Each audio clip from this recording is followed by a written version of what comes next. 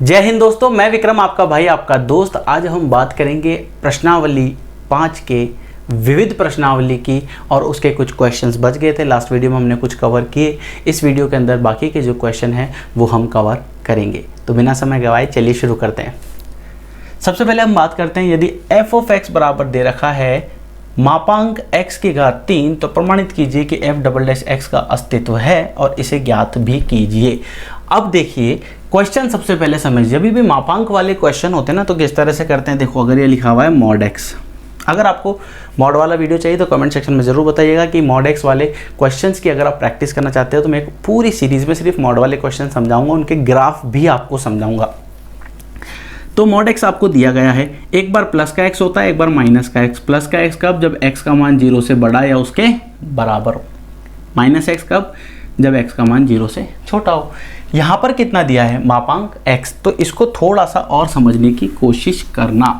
अब कैसे करोगे? देखिए, ये जो आपको दिया हुआ है इसे आप दो फलन में तोड़ सकते हो। एक तो प्लस का x की घात 3, एक माइनस का x की घात 3। ये कब होगा? जब x का मान 0 से बड़ा या उसके बराबर होगा। और ये कब होगा? जब x का मान 0 से छोटा होगा। क्लियर? अब थोड़ा सा और समझते हैं। देखिए, क्वेश्चन आपको दिया है f ऑफ x बराबर मापांक x की घात 3। तो हम क्या करते हैं, फलन को दो जगह तोड़ लिया। क्या क्या? जब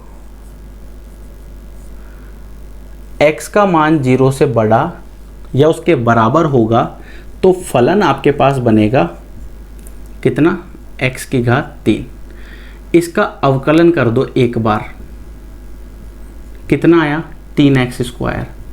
एक बार और कर दो तो ये f डबल डैश x आ जाएगा 6x।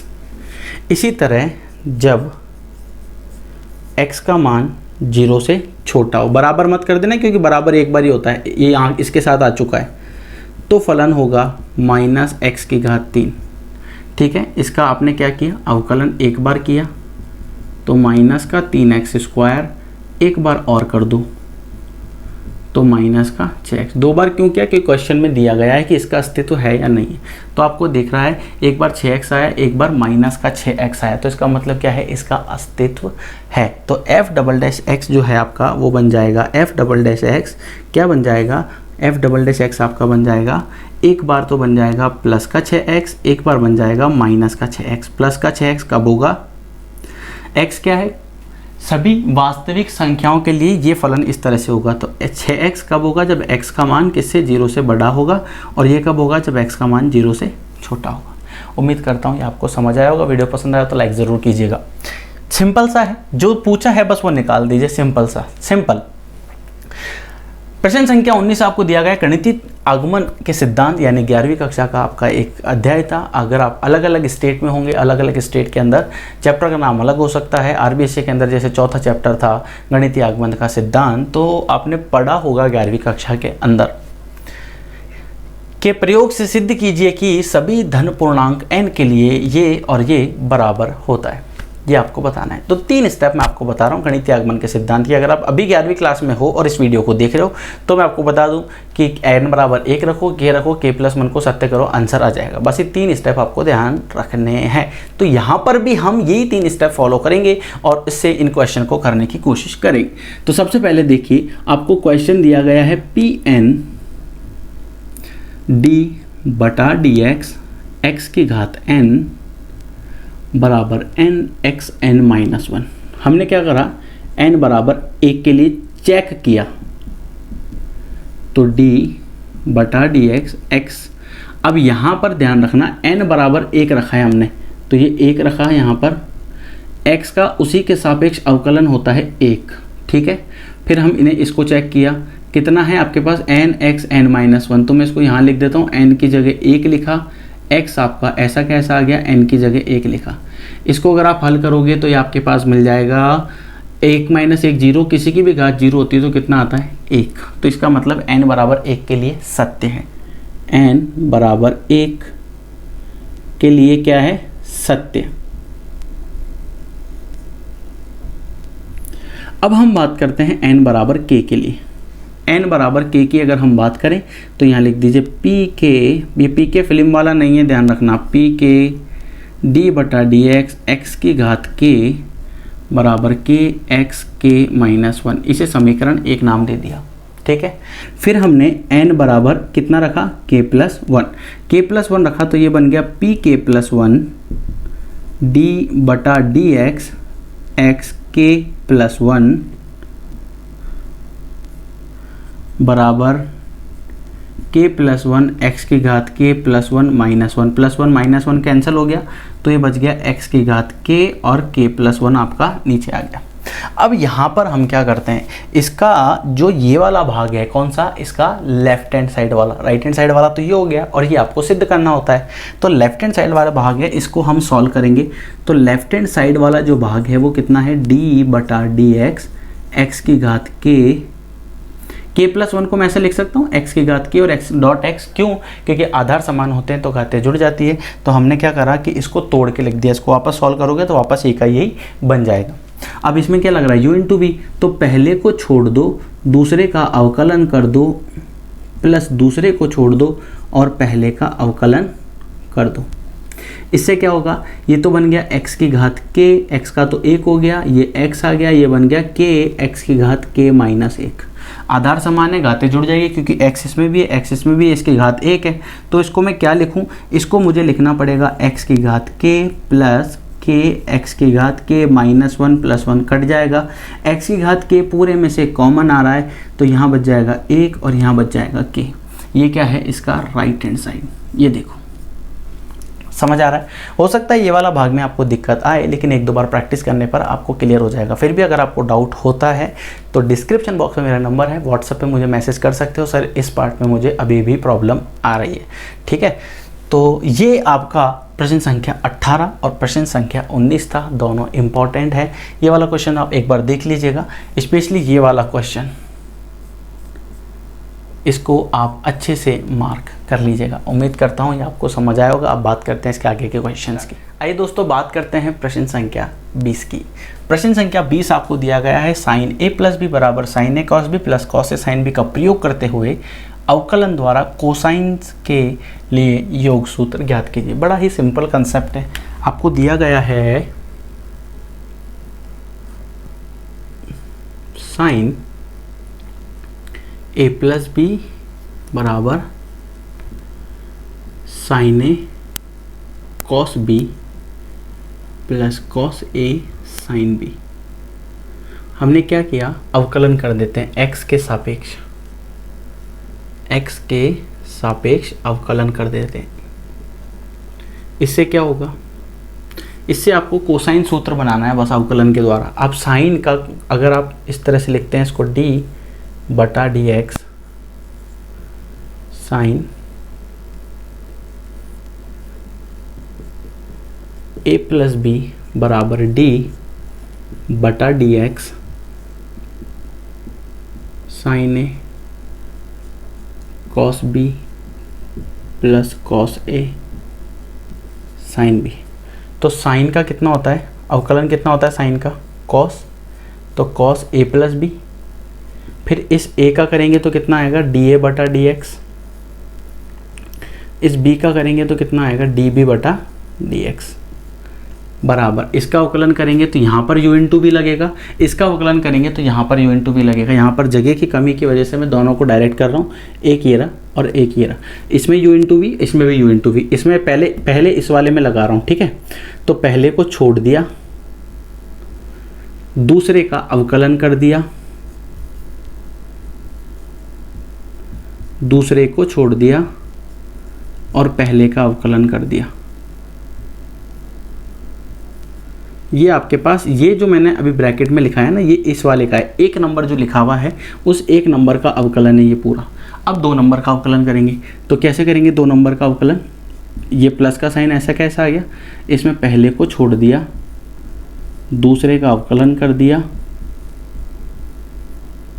प्लस दूसरे को छोड़ दिया और पहले का अवकलन कर दिया। ठीक है, यहाँ तक क्लियर। फिर देखो ध्यान से, अब क्या किया, इसको तो एज इट इज़ रहने दिया, इसमें कोई छेड़खानी नहीं करनी है आपको। साइन ए आपका एज इट इज़ आ गया, कॉस बी का हो जाएगा माइनस का साइन बी, और फिर इस बी का करेंगे तो कितना आएगा डी बी बटा डी एक्स। कॉस बी ऐसा कैसा आ गया, साइन ए का करेंगे तो कितना आ जाएगा कॉस ए, और ए का करेंगे तो डी ए बटा डी एक्स। ये भी क्लियर।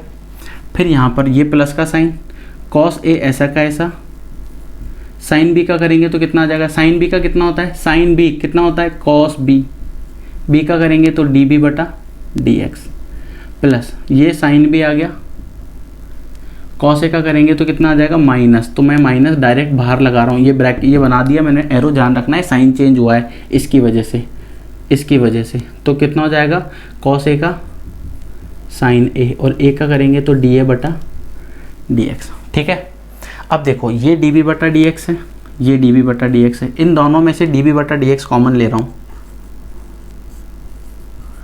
तो ये बन जाएगा माइनस का sign A sine B plus cos A cos B. ठीक है, इसमें से और इसमें से डी ए बटा डी एक्स कॉमन ले रहा हूँ, तो यहाँ पर बच जाएगा cos A cos B minus sign A sine B. ये क्लियर। ये पूरा फॉर्मूला बन गया आपका किसका, ध्यान से देखो किसका है, cos A cos B minus sign A sine B. किसका फॉर्मूला बनेगा, कॉस ए प्लस बी का। ये किसका फॉर्मूला बन जाएगा, डी ए बटा डी एक्स। ये किसका फॉर्मूला बन जाएगा, कॉस ए प्लस बी का। इस पूरे में से क्या कॉमन आ रहा है, अब देखो ध्यान से, यहाँ से जो स्टेप्स है ना उनको थोड़ा सा ध्यान से देखना, बड़े ही काम के। यहाँ से जो स्टेप चल रहे हैं बस वो ध्यान से देखना, ये तो फॉर्मूला था। अब यहाँ पर आपने ये लिखा, यहाँ पर ये चल रहा है, ध्यान रखना, ठीक है। कितना, कॉस a plus b d a बटा डी एक्स डी बी बटा डी एक्स बराबर, इस पूरे में से क्या कॉमन आ रहा है, इस पूरे में से ध्यान से देखो क्या कॉमन आ रहा है, इस पूरे में से कॉमन आ रहा है कॉस ए प्लस बी, और यहाँ आपके पास कितना बच जाएगा, डी बी बटा d x plus D a बटा डी एक्स। इस पूरे से ये पूरा कट गया, कॉस ए प्लस बी बराबर आ गया कॉस वाले फॉर्मूले से। समझ में आया। तो इस तरह से आपको ये क्वेश्चन करना था। वापस बताता हूँ, ध्यान से सुनिएगा। दोनों तरफ अवकलन करना है। ए का अवकलन ध्यान रखना है कि डी ए बटा डी एक्स होगा, बी का अवकलन डी बी बटा डी एक्स होगा। बस इतना सा ध्यान रखना, बाकी जो प्रोसेस आप करते आ रहे हो अभी तक आपको वो ही इसमें अप्लाई करना है, नया कुछ भी नहीं है। क्वेश्चन थोड़ा सा अच्छा सा है, नोट कर लीजिएगा, एग्जाम के पॉइंट ऑफ व्यू से भी इम्पॉर्टेंट है। चलिए अब बात करेंगे नेक्स्ट क्वेश्चन की। आइए दोस्तों अब बात करते हैं प्रश्न संख्या 22 की, लेकिन 22 के पहले प्रश्न संख्या 21 की भी बात कर लेते हैं। प्रश्न संख्या 21 में आपको दिया गया है एक ऐसा आपको उदाहरण देना है जिसमें फलन प्रत्येक बिंदु पर संतत हो लेकिन दो बिंदुओं पर अवकलनीय ना हो। समझ में आ रहा है, अवकलनीय ना हो। तो यहाँ पर हम उदाहरण के तौर पर ले सकते हैं, जैसे एक फलन x-1 प्लस x-3। ये फलन क्या है, क्योंकि ये मापांक का फलन है तो ये क्या है, प्रत्येक बिंदु पर संतत होगा। सिंपल सी बात है। पर ये किस किस बिंदु पर अवकलनीय नहीं होगा, ये क्या है, प्रत्येक बिंदु पर संतत।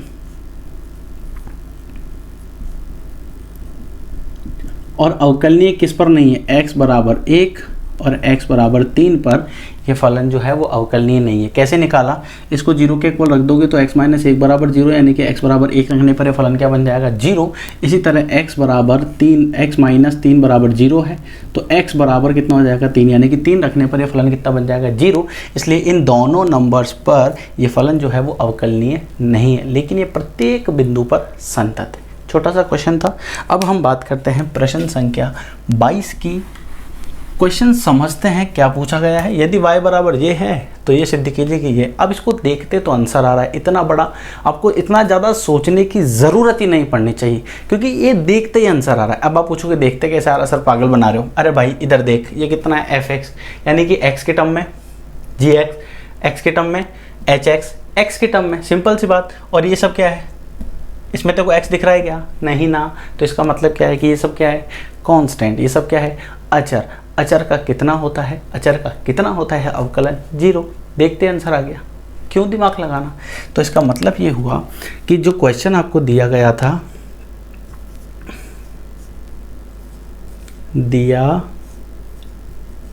गया है y बराबर f of x g of x h of x lmn और abc। अब इसका अवकलन करना है, तो इसका अवकलन कर दो dy बटा dx। यहाँ पर ध्यान रखना, यहाँ पर सबका एक साथ नहीं होता, क्योंकि ये जो है ये सारणिक वाला अगर आपको ध्यान हो तो हर एक का अलग अलग अवकलन होगा। या तो पूरी आप रो का कर लो या आप पूरे कॉलम का कर लो, समझ में आ रहा है, या पूरी पंक्ति का कर लो या पूरे एक स्तंभ का कर लो। ऐसा नहीं कि आप एक में लगा दो सारे, ऐसा नहीं होता। मेरा कहने का मतलब क्या है वो समझो। ये आपके पास एक अवयव 1 2 3 4 5 6, 2 से गुणा करना है, तो मैं इसको कैसे लिखूँगा? 2 4 6 8 10 12 14 16 18 ऐसे लिखूँगा। लेकिन ये 2 है और ये सारणिक है और इसमें लिख रहा हूँ 1 2 3 4 5 6 7 8 9। क्या अब भी ऐसा गुणा होगा? नहीं, या तो किसी एक रो से गुणा होगा या किसी एक कॉलम से गुणा होगा, बस इतना सा ध्यान रखना। तो यही चीज़ हम यहाँ पर जब अवकलन कर रहे हैं तो अवकलन में भी तो यही कंडीशन जो है वो अप्लाई होगी ना। तो या तो इसका अवकलन कर दो d बटा d x f of x, d बटा d x g of x, d बटा डी एक्स एच एक्स। और ये जो नीचे वाले टर्म है ये ऐसे की ऐसे आ गए lmn abc, फिर प्लस का साइन। अब इसको दूसरे फलन में तोड़ दो तो ये कितना बन जाएगा? f of x g of x h of x d बटा डी एक्स एल, d बटा डी एक्स एम, d बटा डी एक्स एन। इसी तरह ये क्या है? abc। तीसरा फलन f of x g of x h of x, ये आ जाएगा आपके पास। तीसरा वाला कितना है? lmn, ये कितना आ जाएगा? d बटा d x of a, d बटा डी एक्स b, d बटा डी एक्स सी। उम्मीद करता हूँ ये आपको समझ आ गया होगा। अब एक बात बताओ, अब आप ध्यान से देखो, इसको मैं हल कर रहा हूँ तो यहाँ पर f x का अवकलन कितना होता है? f डैश x, इसका कितना हो जाएगा? g डैश x, और तीसरा हो जाएगा h डैश x। समझ में आया कि नहीं आया? देखो f x का अवकलन कितना होता है? f डैश x, तो g x का कितना हो जाएगा? g dash x, h x का h dash x, lmn abc। अब आप पूछोगे ये क्यों नहीं लिखे? अरे मेरी जान, इधर ध्यान से देख, क्या है? अचर 0, अचर 0, अचर 0। किसी भी पंक्ति के सभी अवयव 0 हो तो सारणी का मान 0 होता है, इसलिए ये पूरा 0। ये क्या है? अचर अचर अचर, कितना आएगा? 0। यानी कि तीसरी वाली जो पंक्ति है उसमें सारे अवयव क्या हैं? 0। किसी भी पंक्ति या किसी भी स्तंभ के सभी अवयव अगर 0 हो तो सारणी का मान 0 होता है, इसलिए ये भी क्या हो गया? 0। आप चाहो, श्रद्धा है आपकी, 0 0 लिख दो, आंसर आ गया। बस इतना सही करना था। है सिंपल सा कंसेप्ट है। उम्मीद करता हूँ आपको पसंद आया होगा। वीडियो पसंद आ रहा हो तो लाइक ज़रूर कीजिएगा। अब हम बात करेंगे इसके नेक्स्ट क्वेश्चन की। आइए दोस्तों बात करते हैं प्रश्न संख्या 23 की। ध्यान से सुनिएगा। यदि y बराबर e की घात a cos इनवर्स x है, x का मान -1 और 1 के बीच में है, तो ये दर्शाना है कि 1 minus x square d square y बटा d x square minus x d y बटा d x minus a square y बराबर 0 होता है। तो दो तरीके हैं आपके पास, या तो आप इस पूरी समीकरण को ऐसे के ऐसे ले आओ। अगर ऐसा आप नहीं ला पाते हो तो फिर आप क्या करोगे? डी स्क्वायर वाई बटा डी एक्स स्क्वायर का मान, डी वाई बटा डी एक्स का मान और वाई का मान यहाँ पर रख दो और सीधा सीधा आंसर आ जाएगा। तो हम देखते हैं। सबसे पहले हमने क्या किया, क्वेश्चन आपको दिया गया है y बराबर e की घात a cos इनवर्स x, अवकलन कर दो। x के सापेक्ष अवकलन किया तो y का dy बटा डी एक्स, e की घात x का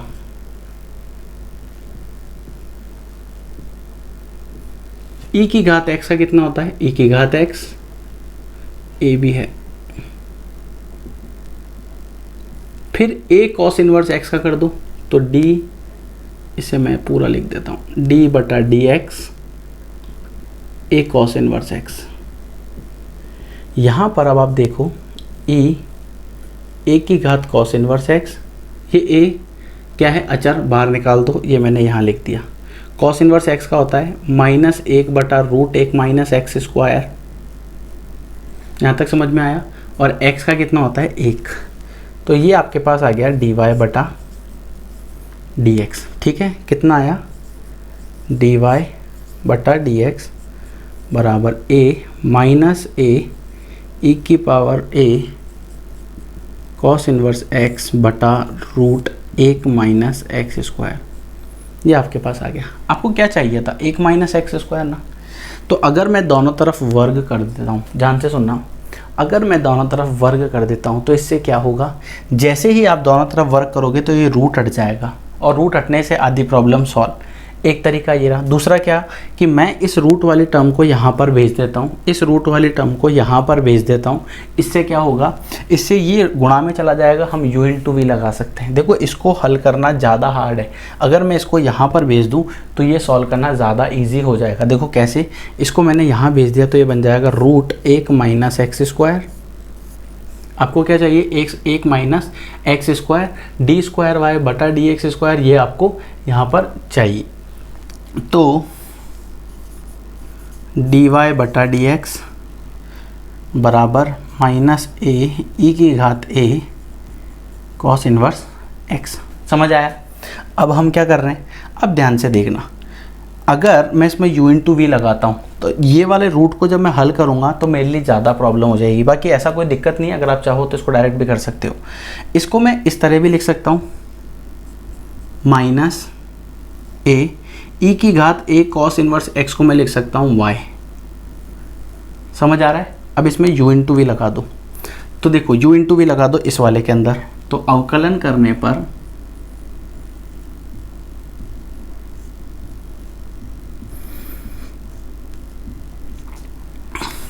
पहले को छोड़ दो, दूसरे का अवकलन कर दो, दूसरे को छोड़ दो, पहले का अवकलन। अब इसको ध्यान से देखना, पहले इसका होगा फिर अंदर वाली टर्म का होगा। तो √x का कितना होता है, 1/2√x। ठीक है, √x का कितना होता है, 1/2√x। फिर 1 माइनस एक्स स्क्वायर का करेंगे तो कितना आ जाएगा, 0 - 2x। पहले को छोड़ा, दूसरे का कर दिया, प्लस दूसरे को छोड़ दिया, पहले का कर दिया, बराबर माइनस आ गया, ऐसा का ऐसा, a आपके पास आ गया y का dy/dx। इसको इधर ले आओ तो ये बन जाएगा √1 minus x square d²y/dx² plus dy/dx। ये 2 से ये 2 कट जाएगा, माइनस का x है तो मैं इसको यहाँ लिख रहा हूँ माइनस का x √1 माइनस एक्स स्क्वायर। ठीक, ये माइनस का इसको इधर ले आओ, प्लस का a dy/dx बराबर 0। यहाँ तक क्लियर। आपको क्या चाहिए था, आपको चाहिए था ये, लेकिन ये अभी भी नहीं आया। dy/dx का मान आपने ये निकाला है, तो मैं ये मान यहाँ पर रख रहा हूँ।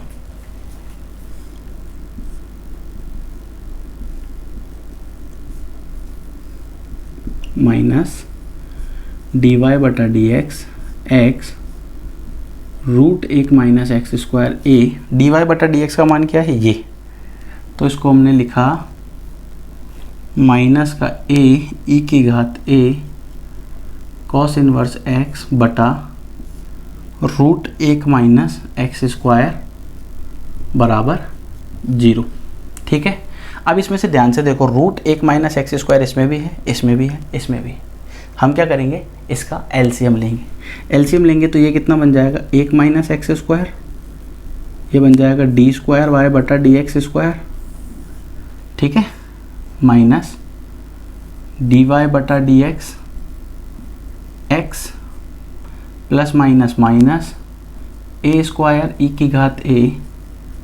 अच्छा, एक बात ध्यान रखना, अभी हम सिर्फ एलसीएम ले रहे हैं और कुछ भी नहीं किया है, बराबर 0। यह आया √1 माइनस एक्स स्क्वायर, इसको हमने 0 में भेज दिया, ख़त्म। ये आपके पास आ गया 1 minus x square d²y/dx² minus x dy/dx minus a square, और ये पूरा तो y है, बराबर 0। ये आपका आ गया।